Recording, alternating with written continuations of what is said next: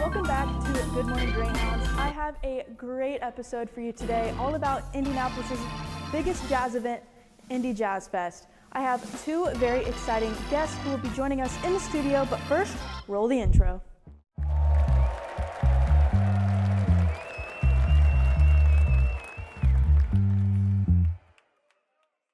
We're back, and I'm now joined with David Allee, who is the owner of the Jazz Kitchen and the mastermind behind Indy Jazz Fest. Oh, welcome, David. How are you? How are you this morning? Doing great, doing great. Good. So, starting off, Indy Jazz Fest, huge event around Indy, and you are also the owner of the Jazz Kitchen over in Broad Ripple, and like I said, the mastermind behind Indy Jazz Fest, since you are the director of it, fest director, which started yesterday, I believe. Is that correct? Yep, kicked off last night, yeah. Awesome. How's that turnout? Great. Well, first of all, let me clarify. There's a group of us that put this thing on. It's a team effort that makes it. We've got Rob Dixon, our artistic director, Elaine Eckard, Luann Leitz, Teresa Bussey, Mike Halpern. So it's a big team that puts this on, as well as many, many others. So I do help kind of guide the festival and whatnot, but I want to make sure everybody gets a little credit for putting on this great event. So absolutely, and I did see it's over multiple locations, White River Amphitheater being the biggest one. What other locations can people look forward to? Well, we break it into two parts.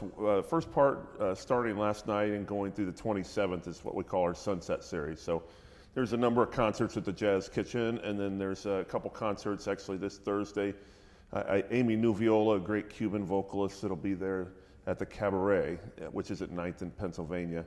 And then on Saturday night, Malcolm Jamal Warner, many know him as Theo on The Cosby Show, so he'll be there with his band. He does a lot of spoken word, plays bass, trumpet from what I understand as well, so should be an exciting concert that night too. Absolutely, so a lot of variety is what I'm hearing. Absolutely, we try to look throughout the spectrum of jazz, and like last night, Candace Springs, great vocalist. She's from Nashville. She's got a kind of a blend of jazz, but also a little bit of soul kind of leaning in there as well, as you can imagine. And then, like tonight, we've got Bria Skomberg, great trumpeter that's kind of more in the New Orleans tradition. Actually, it's interesting. She lives in New York. She's from Canada, but she's got a new album out that's pretty much in tribute to New Orleans and that sound. Maybe think of Louis Armstrong and kind of throw back that style of thing. Awesome. But yeah, and then weaving down throughout the rest of the week. One concert that I want to make sure we pay special attention to is called Naptown Sound. It's 7 bands, 50 plus performers, and it'll be this Saturday at the Jazz Kitchen. And that's kind of one of our unofficial kickoff. I mean, we kicked off technically last night, but this is when we really get going as far as highlighting what's happening right here in Indianapolis. So that'll be a good show for people to check out as well. All right, awesome. So you've obviously know a lot about jazz. You're the fest director, like I said, owner of the Jazz Kitchen. What exactly sparked your love for jazz? Well, I was force-fed jazz. My dad's a jazz pianist, so I listened to Cannonball Adderley and John Coltrane at a very early age, and kind of blossomed from there. I played in the band growing up and things like that. So, just kind of always around the music.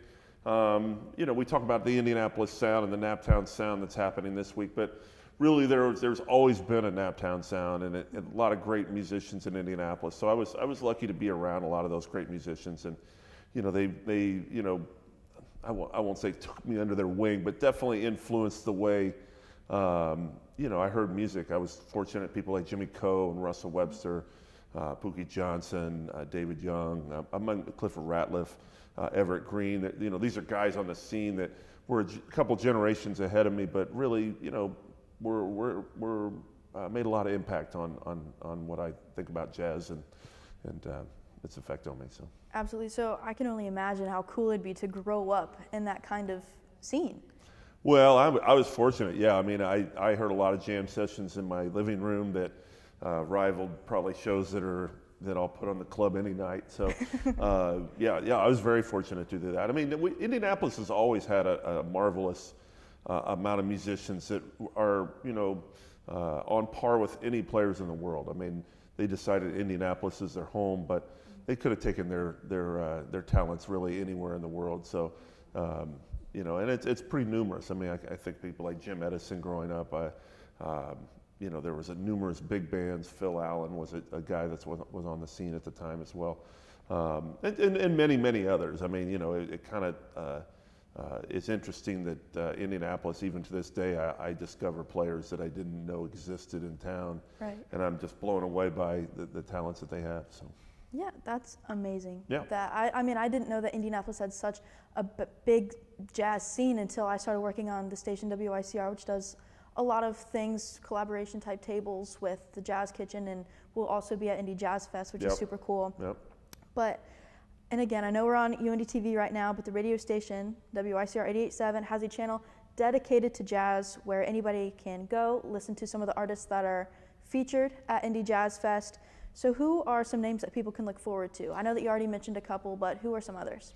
Yeah, Marquise Hill, one of the most electric trumpeters. Well, he doesn't play electric trumpet; he plays trumpet, but electrifying. I mean, just, you know, that quintessential take the bull by the horns trumpet player, if you will.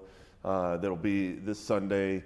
Mono Neon would be somebody that sticks out in my mind. That is kind of a newer generation bass player. He was actually Prince's last bass player, but kind of meets where maybe funk and groove meet jazz and kind of that intersection.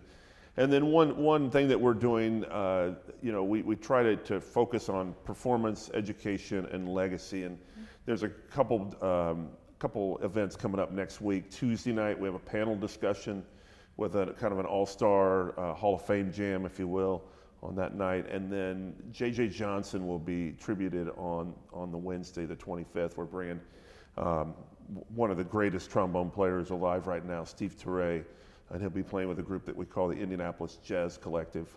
And it's led by Rob Dixon, Steve Allee, Nick Tucker, Kenny Phelps are in that band. But it kind of marries, you know, the great local talent that we have right here with you know, an international star such as him. And also, there's a connection. J.J. Johnson was kind of one of our, you know, one of our biggest stars in the legacy realm of Indianapolis. I mean, he kind of redefined jazz trombone, if you will, but he was from Indianapolis, much like Wes Montgomery or Freddie Hubbard did on the trumpet and the guitar. Right. So, you know, what we try to think of when we're programming is just, you know, again, it's a big umbrella, it's a big spectrum of styles that happen under this jazz umbrella, and we just try to get a little bits in there so that people can hopefully be curious. I like to say you might find your new favorite band. We definitely understand that not everyone we're going to put on stage is a household name. We know that jazz is, you know, not necessarily always a mainstream form of music, but I think if you get in front of these performers and give them a chance to let them perform for you, then you'll be pretty amazed by it. So. Absolutely, and from what I've seen at the Jazz Kitchen, and I haven't been to Indy Jazz Fest yet, but I'm really looking forward to that with attending through WICR. And we've touched on some artists, musicians that will be there. What else can the audience expect through the fest? Well, I think, you know, it's one cool thing about the festival is there's a little extra electricity in the air. You know, you've got a lot of people that are discovering the music. You got people that have already discovered it and know it inside and out. So you got a mix of aficionados and newcomers to the music that I think, you know, and it's interesting how the aficionados are very embracing of new people coming to music. They're very willing with their time, very willing with their knowledge to be able to let people know about the music. But I think, you know, that depending on the night, like, you know, it's a great date night. It's a great, you know, last night we had a table of about 8 ladies that were doing a ladies' night out. So, you know, it can take on different things, and it means different things to different people. Some people are hinging on every single note. Some people are there for a cocktail and a nice dinner. Right. Some are there to discover something new. So, yeah, I think that's what the festival brings is that, and also a lot of extra attention. You know, I mean, we get a chance to come on a show like this and talk about, you know, the music that we love and deal with all year long, and this is a celebration of that. So. Right, and it's funny that you mentioned that people use it as date night, girls' night, just a night out of their regular.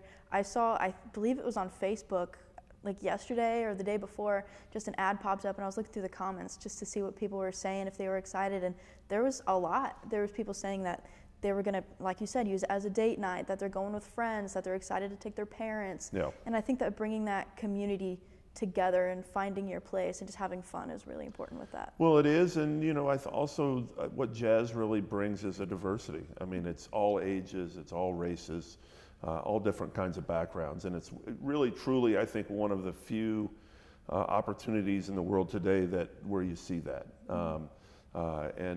So we've got a lot of things to be excited about. We're also proud that that's something that just organically happens through this music, and we're glad to be a part of it. Absolutely. I think it's going to be a fantastic event. I'm excited. I'm excited for you as Fest Director. I appreciate that, yeah. And for people who may not be involved with jazz, I mean, we've talked a lot about Jazz Fest, but what is it exactly? I know it focuses on jazz, but what is its intent? Well, it's just celebrating the music, really, more than anything. I mean, jazz has a huge history. I mean, probably back to the beginning of the 1900s, maybe even a little further back. I mean, roots in blues and things like that. But it evolves. I mean, it takes on kind of new sounds. I mean, you think of what, your parents' listened to jazz-wise. It's much different than today. But along with that, modernization and evolution, there's a certain amount of tradition that kind of remains the same throughout time. And so, it really, I think, gives the listener a way to come to that music through something that's maybe relevant now and maybe a little bit more modern sounding, but also doesn't forget its past and its tradition. So modern roots, I guess you could say. Yeah, it certainly has a modernization to it now. I mean, it definitely continues to evolve. I mean, through the years. I mean, the infusion of hip hop and groove and funk and soul. Those are things that have been happening for years and years in this music. In fact, you could argue that a lot of times jazz really influences a lot of those art forms. You think about all the samples in hip hop music today that are really pretty much just jazz tunes. So, it's always kind of had its place in the music world.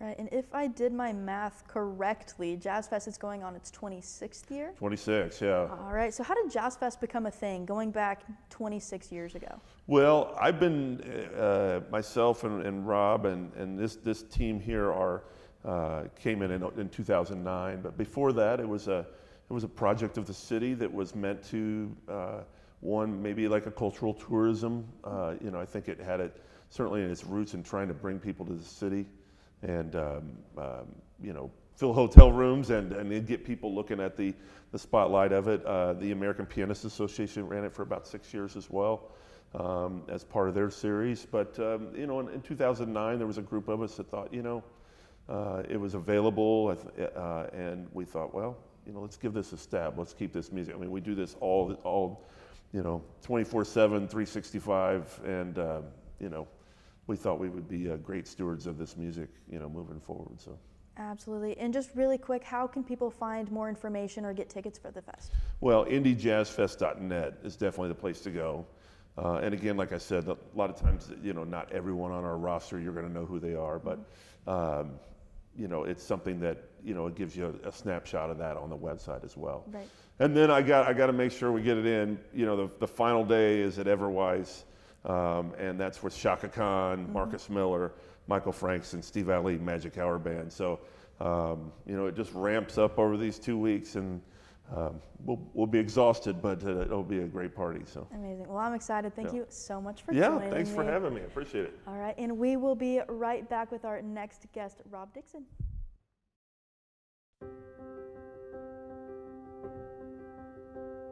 There's often a moment when you're helping somebody with math where they just suddenly get over that little barrier and they get it. It's a nice aha moment, and I really like being involved in helping students achieve that moment, and we do get a lot of those here in the tutoring lab.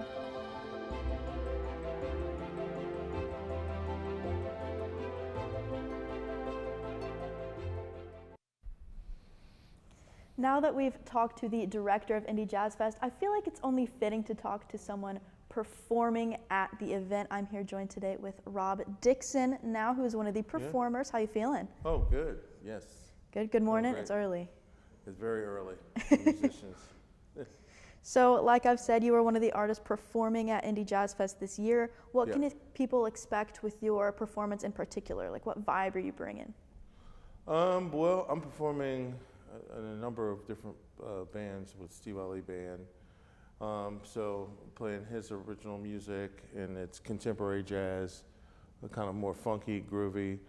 And then I'm playing with the Steve Teray at Indianapolis Jazz Collective, and that is like a lot of J.J. Johnson's music, and you know, a lot of you know, music that is arranged by Steve Teray, the trombonist from New York City. You know, so it's kind of all over the map as far as genres and jazz, and you know, and what we play, what I'll be participating in.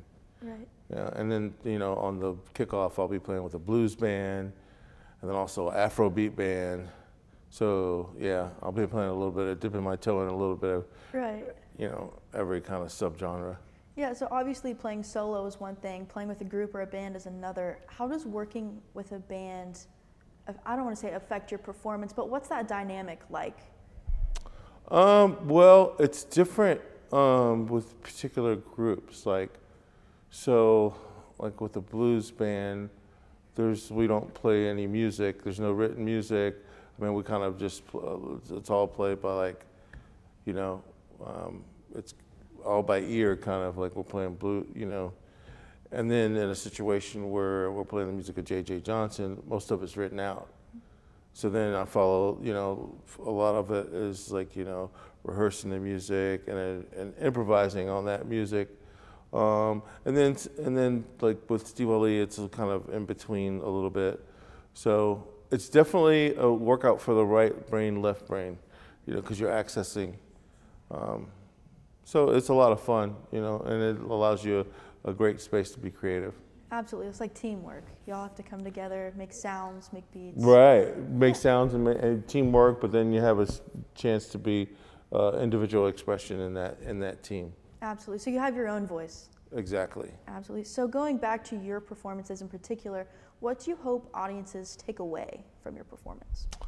From my performances particularly, I mean, with the groups that I'm playing with, I just, you know, really, I'm playing with a lot of people that are based in Indianapolis, so I feel like, you know, I really want to highlight all the great talent that we have here in Indianapolis.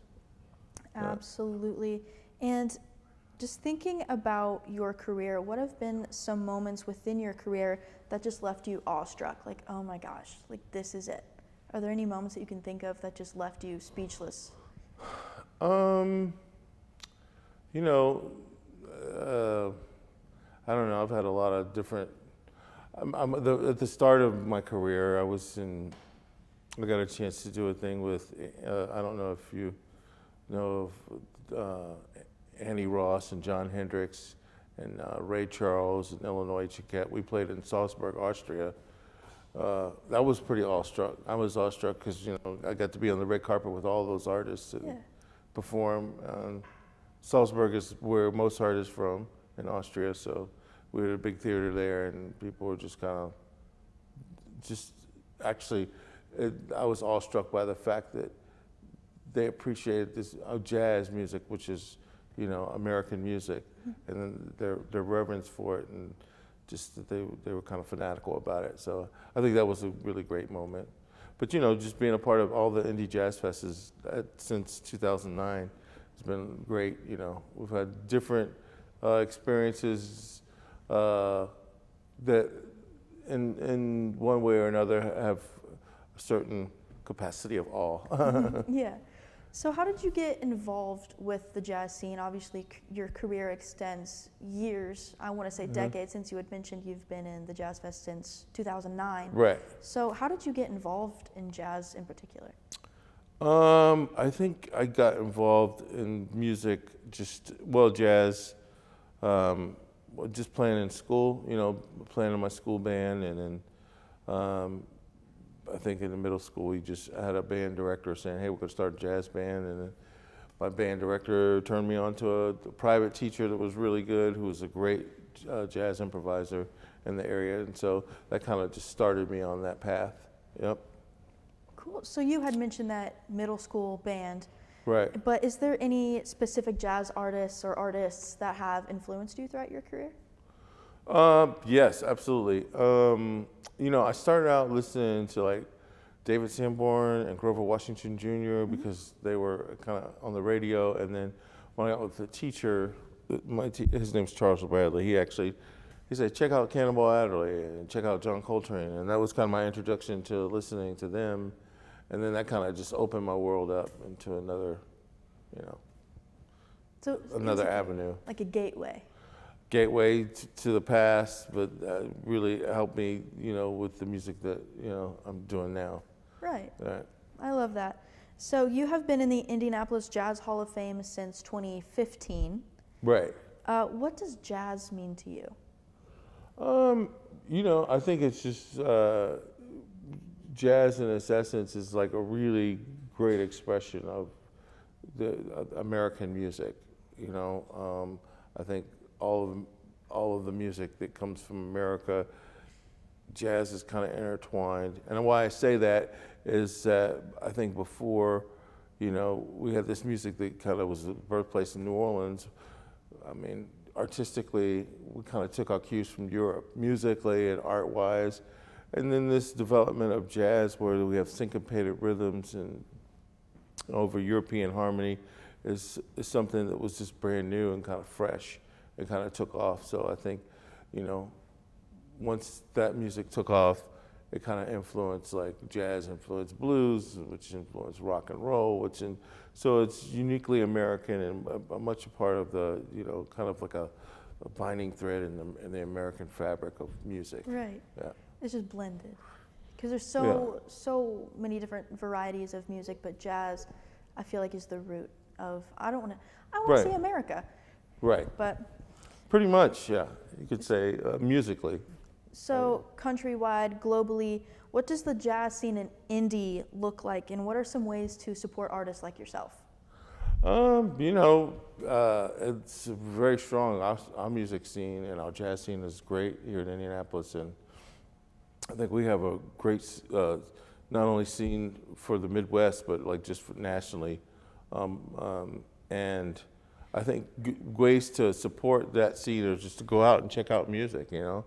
I mean, Jazz Fest, I think this is why I'm excited about being a part of Jazz Fest, is we get to bring a lot of people to our events, but they can learn about the artists that are here in town, that they're doing it like week in, week out in different venues. So, you know, and encourage them to go, hey, go check out this group. They're Wednesday night at the Jazz Kitchen, or they're Tuesday night at the Chatterbox. Go see them. And it's great to see people discover the musicians that are in their own town. So that's what I get excited about, too. Absolutely. Well, thank you so much All for right, joining thanks. me today, Rob. Yeah. Be sure to go check out Rob and support him at Indy Jazz Fest and all the other artists. We will be right back. How about those Nuggets this year, Jace? It sounds like a chip to me. They ain't going back to back. Ain't no one getting past Boston. They got a super team, man. All right, Jace, check up. This is Last Call. Jace and I head-to-head on football, baseball, basketball, and everything UIndy. Mondays, 6 p.m. UIndy TV on YouTube and Xfinity Stream Channel 1096.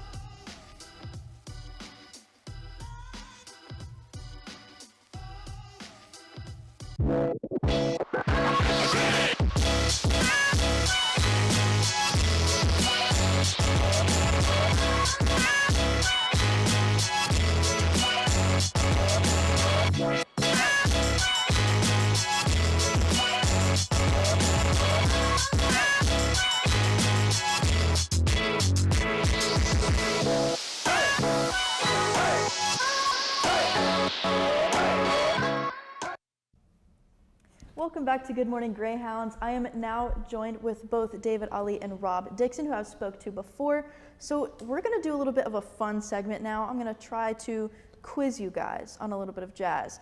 Okay. So are we ready? Sure. All right. First question. What jazz legend is known for their songs Hello Dolly, Cheek to Cheek, and Dream a Little Dream of Me? That would be Louis Armstrong. There you go. All right. I didn't want to put the Wonderful World. I didn't want to put that. I feel like that was a dead giveaway. Yeah. In what city did jazz first originate? In New Orleans. That was too easy. That was too easy. Sorry. What year was the first Indy Jazz Fest? You want to answer? What was that? 99. 99. There you go. There you go. Runs together as well. I know, I mentioned before my math wasn't very good. I had to pull out my calculator on my phone, but Yeah, it works, it works. You said no math, yeah. Right. No, I try not to. This is more of a fun fact for me at least, but what former U.S. president could play the saxophone? Well, Bill Clinton. Okay, I guess it wasn't that much of a fun. I guess it's pretty well known. Yeah. True or false, the jazz age took place in the 1910s. The jazz age? Mm-hmm. I mean, yes, true. Yeah, I mean, it ran decades, but Right. I guess the jazz era was more between 1920s and 30s, I guess was its peak, but I did find Now I understand the question. Yeah. Yeah, you could say that, jazz age, 1920s and 30s, like big band era. Right. Right, yep. Right, but going back to Jazz Fest, that was kind of all the trivia I had. I tried to make it easy. I Okay. thought it was easy for myself, but Oh, clearly no, you it's guys, good. Yeah. you guys have extensive knowledge. I should have just made it a little harder. No, that's I know cool. for next time. Next year, in your 27th year, I'll make it harder. Yeah. I got it in the back pocket. Well, that last question was definitely a little bit like more layered. There's a couple answers. Yeah, definitely. Right. So going back to Jazz Fest and jazz in general, what are some other events aside from Jazz Fest that you both may have at the Jazz Kitchen, also at the Jazz Kitchen, solo, somewhere else? What are some other events that people can look forward to aside from Jazz Fest or after? Well, Jazz Fest has, we're every night, we've got some great stuff from our jam session on Mondays to, generally have more swing throwback on Tuesdays. Wednesdays is called Wow Wednesdays, and it's kind of more on the R&B soul gospel side. Then the weekends are kind of up for grabs. I mean, everything from straight ahead jazz to big band to, there's some funk and soul in there as well. So, yeah. And Rob, anything coming up for you? I always got stuff going up. I mean, I'm playing at the Jazz Kitchen, and of course next week, and then, I mean, in October I'll be at Riverside Park, Taggart Amphitheater. I'm going to Texas in October. Okay. Just a lot of different things. Seattle in November, so just all over. He's playing every night. So. I play every night. Right. So who are your guys' current favorite jazz musicians? Yeah, that's difficult to answer because I like so many different people for so many different reasons. I don't think I have one particular favorite right now. Yeah, I don't know that I have a favorite. I've been listening to a lot of Latin music and Latin jazz, things like that. So, All right, cool. Yeah. Some of the Cuban stuff's pretty interesting, Yeah, it's different. Yeah, It's- kind of I don't infuses think- that yeah. Latin with the jazz. So, Absolutely. yeah. And as a younger person, a student here at a college, I feel like jazz has the reputation for being for an older audience going back. What is a way to engage younger audiences like myself with jazz?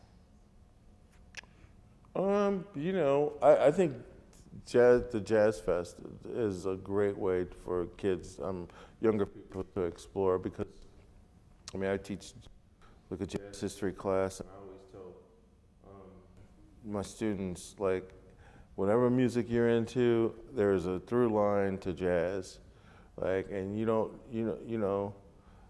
people don't really realize now that the connective tissue that happens in this American music and jazz is a lot of times at the root. Like, APA had a guy, Paul Cornish, Yeah. who was, his brother was the MD for Kanye West, and now Paul is opening.